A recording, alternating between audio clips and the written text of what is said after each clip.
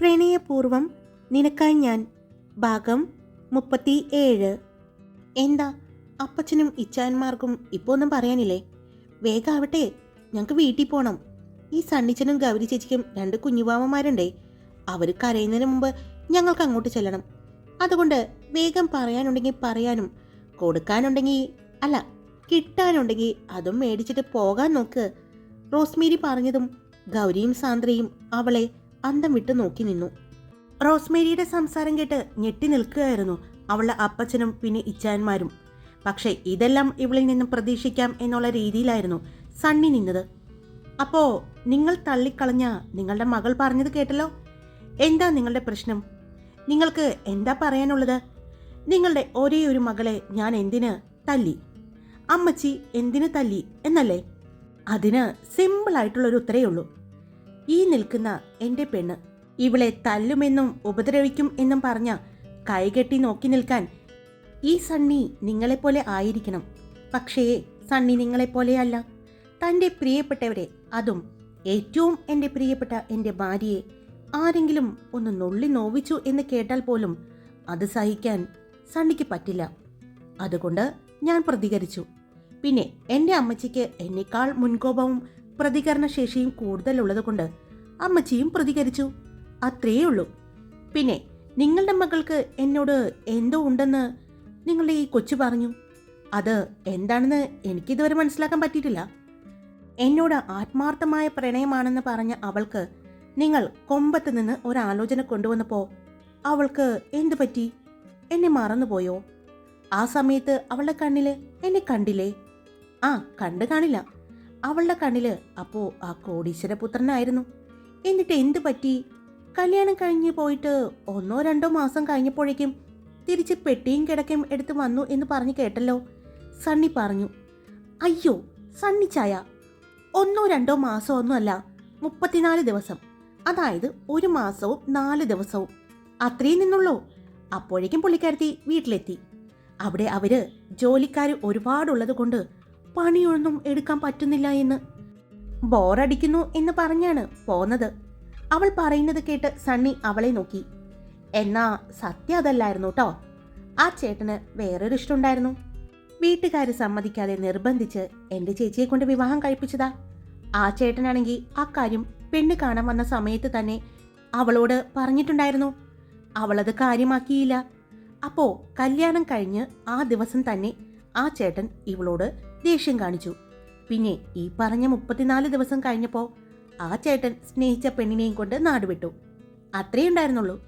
Rosemary പറയുന്നത് കേട്ട് അവളുടെ അപ്പച്ചനും ആങ്ങളമാരും പല്ല് കടിച്ചു. അവർക്ക് അവളോട് ദേഷ്യമാണ് തോന്നിയത്. കാരണം നാട്ടിലുള്ളവരെ ആരും അറിയിക്കാത്ത കാര്യമാണ് അവൾ ഇത്രയും ആളുകളുടെ മുന്നിൽ വെച്ച് പറഞ്ഞത്. അല്ല റോസ്മേരി കൊച്ചേ, അങ്ങനെയല്ലല്ലോ ഇവിടെ കേട്ടത്. ഇവളെ കെട്ടിയ ചെക്കന് എന്തോ മാനസിക അസുഖമുണ്ട് എന്നാണല്ലോ ഇവിടെ എല്ലാവരും പറഞ്ഞു കേട്ടത്. ജോൺ പറഞ്ഞു. അതെ, ആ ചേട്ടന് ഒരു മാനസിക അസുഖം ഉണ്ടായിരുന്നു. അതായിരുന്നു പ്രണയം. പ്രണയം എന്ന് പറഞ്ഞ മനസ്സിന്റെ ഒരു വിങ്ങലാണല്ലോ. റോസ്മേരി പറഞ്ഞതും വിങ്ങലോ? ആ, അങ്ങനെ എന്തൊക്കെയോ കവിമാര് പറയുമായിരുന്നില്ലേ? അതാണ് ഇവരും ഉദ്ദേശിച്ചത്. പക്ഷേ ഇവിടെയുള്ള നാട്ടുകാർക്ക് അത് മനസ്സിലാവാഞ്ഞിട്ടാ, റോസ്മേരി പറഞ്ഞു. ഇപ്പോ അതല്ലല്ലോ പ്രശ്നം. ഇവിടെ പ്രശ്നം എന്തിനാണ് ഗൗരി ചേച്ചിയെ അനാവശ്യം പറഞ്ഞത്, തല്ലാനും കൊല്ലാനും പറഞ്ഞത്, കൊട്ടേഷൻ കൊടുക്കാൻ ഒക്കെ പോയത് എന്തിനാ? അതറിഞ്ഞിട്ടല്ലേ ഞാൻ അവിടെ നിന്നും ചോദ്യം ചെയ്തതും അവൾ എന്നെ തല്ലിയതും. അതെല്ലാം നോക്കി നിന്ന് നിങ്ങൾ ആസ്വദിച്ചു. ഞാൻ അവിടെ നിന്നും ഇറങ്ങി പോവുകയും ചെയ്തു, റോസ്മേരി പറഞ്ഞു. സണ്ണി അവളെ ചേർത്ത് പിടിച്ചു. അനിയത്തിമാരില്ല എന്നുള്ള സങ്കടം ഉണ്ടായിരുന്നു. പക്ഷേ ഇവര് 2 പേരും എൻ്റെ സ്വന്തം സഹോദരിമാരെ പോലെ തന്നെയാണ്. അപ്പോ ഇവർക്ക് വേദനിച്ചാ എനിക്ക് വേദനിക്കും. അതുകൊണ്ട് എൻ്റെ പെണ്ണിനെ പോലെ തന്നെയാണ് ഇവരെ നിങ്ങൾ വേദനിപ്പിച്ചു എന്ന് ഞാൻ അറിഞ്ഞാൽ ഇങ്ങനെ വണ്ടി തടഞ്ഞു നിർത്തി ഷോ കാണിക്കലൊന്നും ആയിരിക്കില്ല ഞാൻ ചെയ്യാൻ പോകുന്നത്, ഞാൻ പ്രതികരിക്കാൻ പോകുന്നത്. പിന്നെ നിങ്ങളോട് എനിക്ക് ഒന്നും തോന്നുന്നില്ല. ഇപ്പോൾ നിങ്ങൾ ഈ കാണിച്ചത് മുഴുവനും എൻ്റെ പെണ്ണിനെ ഉപദ്രവിക്കാനാണ് എന്ന് എനിക്ക് തോന്നിയാൽ അങ്ങനെ ആയിരിക്കില്ല സണ്ണി പെരുമാറുന്നത്. നടു റോഡിലല്ല സണ്ണി വരുന്നത്, നിങ്ങളുടെ കുടുംബത്തേക്ക് സണ്ണി വരും. അവിടെ വന്നിരിക്കും സണ്ണി. അവിടെ വന്നായിരിക്കും സണ്ണി ഇതിനുള്ള മറുപടി പറയാൻ പോകുന്നത്. അതുകൊണ്ട് പോകാൻ നോക്ക്, സണ്ണി പറഞ്ഞു. റോസ്മേരിയുടെ അപ്പച്ചൻ അവളെ ഒന്ന് ദേഷ്യത്തിൽ നോക്കി. അയ്യോ അപ്പച്ച, ഇങ്ങനെ നോക്കല്ലേ, എനിക്ക് പേടിയാകുന്നു, അവൾ കളിയോടെ പറഞ്ഞു. അയാൾ അവളെ നോക്കി വീണ്ടും ദേഷ്യത്തിൽ തിരിഞ്ഞു നടന്നു. അയാളുടെ പുറകെ തന്നെ സഹോദരന്മാരും പോകുന്നത് കണ്ട്, ചേട്ടായിമാരെ, അപ്പച്ചൻ്റെയും പിന്നെ നിങ്ങളുടെ ഒരേയൊരു പെങ്ങളുടെ വാക്കും കേട്ടുകൊണ്ട് ഇനിയും നിങ്ങൾ സ്ത്രീധനം കൂടുതൽ കിട്ടുമെന്ന് പറഞ്ഞ് മിന്നിക്കെട്ടിക്കൊണ്ടുവന്നിരിക്കുന്ന ആ ചേട്ടത്തിമാരെ തഴയല്ലേ, പാപം കിട്ടും. ഒന്നുമില്ലെങ്കിലും നിങ്ങളുടെ മക്കളുടെ അമ്മയാണ്, അത് മറക്കരുത്, റോസ്മേരി പറഞ്ഞു. ആദ്യം തമാശ പോലെ പറഞ്ഞെങ്കിലും അവസാനം ശബ്ദത്തിലെ മാറ്റം എല്ലാവരും തിരിച്ചറിഞ്ഞു. എല്ലാവരും അവളെ നോക്കി. എന്താ മോളെ, അങ്ങനെ എന്തെങ്കിലും ഉണ്ടായോ, സണ്ണി ചോദിച്ചു. അങ്ങനെയും ഒരു സംസാരം അവിടെ നടക്കുന്നുണ്ട്. എല്ലാം കൂടിയായപ്പോൾ ഞാൻ അവിടെ നിന്നാ ഇവര് ഇറച്ചി വിലയ്ക്ക് എന്നെ തൂക്കിക്കൊടുക്കും എന്ന് തോന്നിയത് കൊണ്ടാ ഞാൻ അവിടെ നിന്നും പോകുന്നത് എന്ന് പറഞ്ഞ് അവൾ സണ്ണിയുടെ തോളിലേക്ക് ചാഞ്ഞു. എൻ്റെ ഇച്ചായമാരുടെ അടുത്ത് നിൽക്കുന്നതിനേക്കാൾ കൂടുതൽ സംരക്ഷണവും സുരക്ഷിതത്വവും എനിക്ക് ഇവിടെ നിൽക്കുമ്പോൾ കിട്ടാറുണ്ട്, അവൾ പറഞ്ഞു. അവൾ പറയുന്നത് കേട്ട് അവളുടെ അടുത്തേക്ക് ഗൗരിയും വന്നു. ഇത്രയും നേരം മാറി നിന്ന അവളുടെ പേടി മാറി. അവിടെ റോസ്മേരിയോടുള്ള വാത്സല്യമാണ് ഉണ്ടായത്. അവളും അവളെ ചേർത്ത് പിടിച്ചു. അവരെല്ലാവരും വണ്ടിയിൽ കയറി പോകുന്നത് കണ്ടു. എന്നാ പിന്നെ പൊയ്ക്കോ, ഞങ്ങളും പുറകെ വരാം, അവിടുത്തെ ജോലി ഏകദേശം തീർന്നു, സണ്ണി പറഞ്ഞു. അപ്പോൾ അടുത്ത ദിവസം സ്കൂളിലെ ഫംഗ്ഷൻ കഴിഞ്ഞാൽ നമ്മൾ പോവുകയാണോ തൃശ്ശൂർക്ക്, റോസ്മേരി ചോദിച്ചു. അടുത്ത ദിവസം നടക്കുന്ന ഫംഗ്ഷന് എല്ലാവരും വരണം കേട്ടോ, സണ്ണി പറഞ്ഞു. പിന്നെ ഞങ്ങളുണ്ടാകും, ഉറപ്പല്ലേ എന്ന് പറഞ്ഞ് അവർ വണ്ടി എടുത്തുകൊണ്ട് പോയി. വീട്ടിൽ ചെന്ന് അമ്മച്ചിയോടും മറ്റുള്ളവരോടും ഇന്ന് റോഡിൽ വെച്ചുണ്ടായ കാര്യങ്ങൾ എല്ലാം പറഞ്ഞു. എല്ലാം കഴിഞ്ഞ് ചായ കുടിച്ച് അവർ സംസാരിച്ചിരുന്നു. തൃശ്ശൂർക്ക് കൊണ്ടുപോകാനുള്ള സാധനങ്ങളുടെയും അവിടുത്തെ വില്ലകളെക്കുറിച്ചുമായിരുന്നു അമ്മച്ചിയുടെയും അന്നക്കുട്ടിയുടെയും എല്ലാം സംസാരം. എല്ലാവരും ഒരുമിച്ച് ഭക്ഷണം കഴിച്ചതിന് ശേഷമാണ് അന്ന് അവിടെ നിന്നും സെബിയും ജോണും പോയത്. സണ്ണി റൂമിലേക്ക് ചെന്നതും അവൻ്റെ ഫോൺ റിംഗ് ചെയ്തു. മറുവശത്തു നിന്നുള്ള വാർത്ത കേട്ട് സണ്ണി ഒന്ന് ഞെട്ടി. പിന്നെ അവൻ്റെ ചുണ്ടിൽ ഒരു പുഞ്ചിരി വിരിഞ്ഞു. അവൻ അപ്പോൾ തന്നെ ഫോൺ എടുത്തു. ജോണിനെയും സെബിയെയും വിളിച്ചു. ഇന്ന് റോസ്മേരിയുടെ അപ്പച്ചനും ആങ്ങളമാരും സഞ്ചരിച്ച വണ്ടി ആക്സിഡൻ്റായി എന്നും എല്ലാത്തിനും അത്യാവശ്യം നല്ല പരിക്കുണ്ട് എന്നും ജീവന് അപായമില്ല എന്നും സണ്ണി പറഞ്ഞു. എടാ സണ്ണി, നീ പണി കൊടുത്തതാണോ, ജോൺ ചോദിച്ചു. പിന്നെ ഞാനല്ല, പക്ഷേ വേണ്ടപ്പെട്ടവർ തന്നെയാണ് ചെയ്തിരിക്കുന്നത്, സണ്ണി പറഞ്ഞു. ആര്, അവർ ചോദിച്ചു. അതൊക്കെ വഴിയെ മനസ്സിലായിക്കൊള്ളും എന്ന് പുഞ്ചിരിയോടെ പറഞ്ഞ് ഫോൺ കട്ട് ചെയ്തു. അപ്പോഴാണ് ഗൗരി അങ്ങോട്ട് വരുന്നത്. മക്കളെ രണ്ടുപേരെയും നേരത്തെ കിടത്തി ഉറക്കിയിട്ടുണ്ട്. ഗൗരി കൊച്ചെ, പോകാനുള്ളത് എല്ലാം എടുത്തു വെച്ചോ, സണ്ണി ചോദിച്ചു. എല്ലാം ഞാൻ പാക്ക് ചെയ്തിട്ടുണ്ട്. പിന്നെ അത്യാവശ്യം ഇവിടെ ഇപ്പോൾ കുറച്ച് ദിവസങ്ങളിൽ ഉപയോഗിക്കേണ്ടത് മാത്രമാണ് പുറത്തിരിക്കുന്നത്. അന്ന് പോകുന്നതിൻ്റെ അന്ന് രാവിലെ എടുത്ത് വയ്ക്കേണ്ടതേയുള്ളൂ, അവൾ പറഞ്ഞു. അമ്മച്ചിയും അന്നക്കുട്ടിയുമെല്ലാം കാര്യമായിട്ടുള്ള പാക്കിങ്ങിലാണല്ലോ, സണ്ണി പറഞ്ഞു. പിന്നെ ഒരുപാടുണ്ട്, കാപ്പിപ്പൊടി മുതൽ ഇടിയിറച്ചി വരെ അമ്മച്ചി എടുത്തു വെച്ചിട്ടുണ്ട്, ഗൗരി പറഞ്ഞു. പിന്നെ കുര്യച്ചൻ ചേട്ടനും ചേട്ടത്തിയും അതുപോലെ തന്നെ എന്തൊക്കെയോ എടുത്ത് വെച്ചിട്ടുണ്ട്, ഗൗരി പറഞ്ഞു. അല്ല ഗൗരി കൊച്ചേ, നമ്മുടെ മുല്ലപ്പന്തൽ അതിനെന്തെങ്കിലും സംഭവിക്കോ, സണ്ണി ചോദിച്ചു. ഇല്ല, അതിന് വേണ്ടത് ഞാൻ ചെയ്തിട്ടുണ്ട്, ഗൗരി പറഞ്ഞു.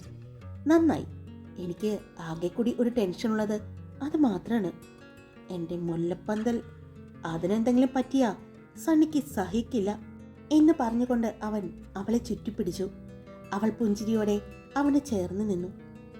നീ എന്താ കൊച്ചേ, നമ്മൾ എന്തിനാ പോകുന്നത് എന്ന് ചോദിക്കാത്തത്, സണ്ണി ചോദിച്ചു. ഞാൻ ഒരു ദിവസം പറഞ്ഞിരുന്നു അതിനുള്ള മറുപടി. എന്നാലും ഒന്ന് ചോദിക്കണ്ടേ കൊച്ചേ, നമ്മൾ എന്തിനാ പോകുന്നതെന്ന്, സണ്ണി പറഞ്ഞു. വേണ്ട, എനിക്ക് കണ്ടറിഞ്ഞാൽ മതി, അവൾ പറഞ്ഞു. കേട്ടറിയുന്നതിനേക്കാൾ നല്ലതാണ് കണ്ടറിയുന്നത്, അല്ലേ കൊച്ചേ, ഒരു പ്രത്യേക രീതിയിൽ പറഞ്ഞുകൊണ്ട് അവൻ അവളുടെ കവിളിലൂടെ തലോടി. അവളുടെ കഴുത്തിലേക്ക്, പിന്നെ അവിടെ നിന്നും പതിയെ കൈ താഴേക്ക് വന്നു. അവളുടെ സാരിയിൽ പിടിച്ചു നിന്നു. അവളുടെ ദേഹത്ത് നിന്ന് സാരി അഴിഞ്ഞ് താഴേക്ക് വീഴുന്നത് അവൾ അറിഞ്ഞു. അവൾ ചെറിയൊരു പുഞ്ചിരിയോടെ തന്നെ അങ്ങനെ തന്നെ നിന്നു. സത്യമാണ് പറയുന്നത്, കണ്ടറിയുന്നതാ നല്ലത്, അനുഭവിച്ചറിയുന്നതാ നല്ലത് എന്ന് പറഞ്ഞുകൊണ്ട് അവൻ അവളുടെ കഴുത്തിലേക്ക് മുഖം ചേർത്തു. അവളിൽ നിന്നും ഒരേങ്ങൽ പുറത്തേക്ക് വന്നു. അവൻ്റെ ചുണ്ടും നാവും അവിടെ ഓടി നടന്നു. പതിയെ ചെറിയ വേദനകൾ കൊടുത്തുകൊണ്ട്, ചെറു കടികൾ നൽകിക്കൊണ്ടും ആ വേദനയെ മാറ്റിക്കൊണ്ട് അവൻ്റെ നാവും ചുണ്ടും അലഞ്ഞു നടന്നു. അവിടെ നിന്നും താഴേക്ക് വന്നു. അവളുടെ ബ്ലൗസിനുള്ളിൽ കൂടി കാണുന്ന മാറിൻ്റെ ചാലിലേക്ക് അവൻ്റെ നാവ് ഓടി നടന്നു. ഗൗരിയിൽ ഒരു വിറയലായിരുന്നു. അവൻ മുഖമുയർത്തി അവളെ നോക്കി. കണ്ണുകളടച്ച് സാരിയെ മുറുകെ പിടിച്ചു നിൽക്കുകയാണ്. അവൾ പെട്ടെന്നാണ് വായുവിൽ ഉയർന്നു പൊങ്ങിയത്.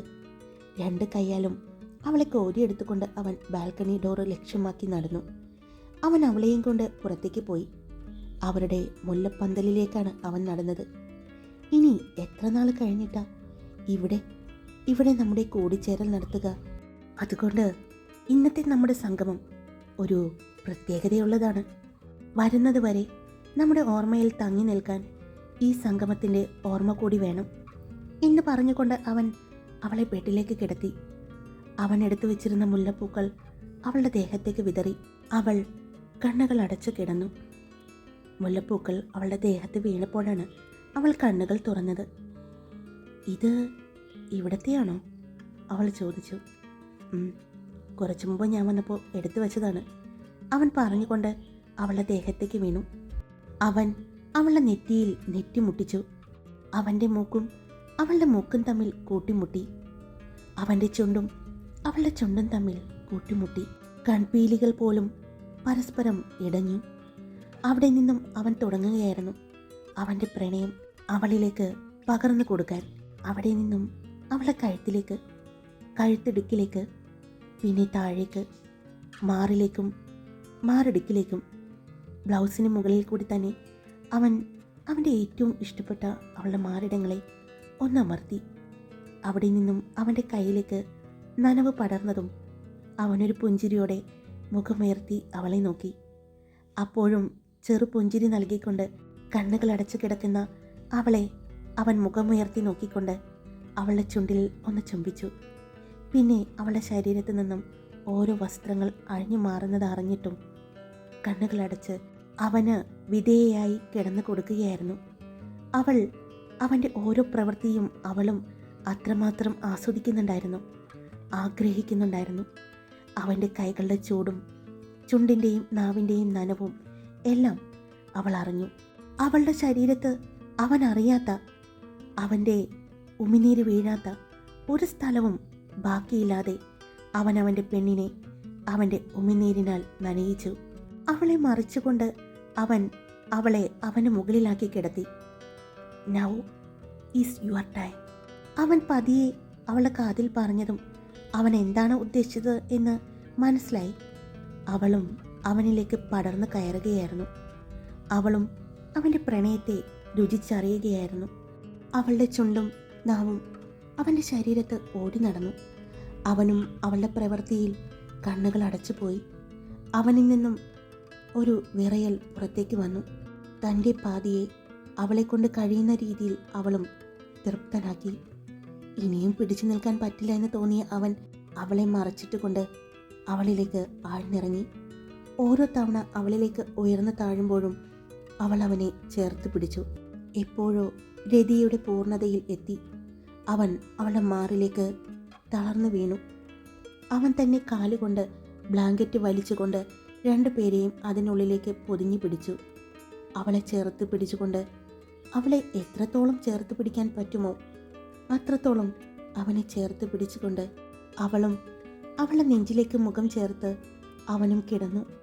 അപ്പോഴും അവൻ്റെ നാവുകൾ അവളുടെ മാറിൽ കുറുമ്പുകൾ കാണിക്കുന്നത്, രുചിക്കുന്നത് അവൾ അറിയുന്നുണ്ടായിരുന്നു.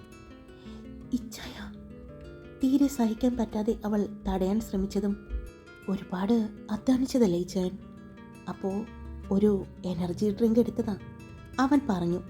അവൻ അവളെ വീണ്ടും ചേർത്ത് പിടിച്ചു. രണ്ടുപേരും ഉറക്കത്തിലേക്ക് പോയി. രാവിലെ സെബി പറഞ്ഞത് കൊണ്ടാണ് റോസ്മേരി അപ്പച്ചൻ്റെയും സഹോദരങ്ങളുടെയും ചെറിയ അപകടം സംഭവിച്ച കാര്യം അറിയുന്നത്. എന്നാൽ അവൾക്ക് യാതൊരുവിധ ഭാവവ്യത്യാസങ്ങളും ഉണ്ടായിരുന്നില്ല. അവർ ചെയ്യുന്നതിന് അവർക്ക് കിട്ടി എന്ന് മാത്രമാണ് അവർ പറഞ്ഞത്. കാരണം തൻ്റെ അപ്പച്ചനും ഏട്ടായിമാരും എത്രമാത്രം ആളുകളെ ഉപദ്രവിച്ചിട്ടുണ്ട് എന്നും അവർ എത്രമാത്രം ദുഷ്ടരാണെന്നും അവളെക്കാൾ നന്നായിട്ട് മറ്റാർക്കാണ് മനസ്സിലാവുക? അതുകൊണ്ട് അവരുടെയെല്ലാം കണ്ണീരിൻ്റെ ശാപമാണ് എന്ന് അവൾ വിശ്വസിച്ചു കൊണ്ടിരുന്നു. ആരോടും പറഞ്ഞില്ലെങ്കിലും ചെറിയൊരു വിഷമം അവൾക്കുണ്ടായിരുന്നു. അത് മനസ്സിലായതുപോലെ ഗൗരിയും സാന്ദ്രയും അവളുടെ കൂടെ തന്നെ നിന്നു. ഹായ്, അപ്പോൾ സ്റ്റോറി ഇട്ടിട്ടുണ്ടേ. ഇഷ്ടപ്പെട്ടാൽ ലൈക്ക് ചെയ്യാനും നിങ്ങളുടെ അഭിപ്രായങ്ങൾ കമൻറ്റ് ചെയ്യാനും സബ്സ്ക്രൈബ് ചെയ്യാതെ കേൾക്കുന്നവരുണ്ടെങ്കിൽ സബ്സ്ക്രൈബ് ചെയ്യാനും മറക്കല്ലേ. Love you all. It's me Karthika.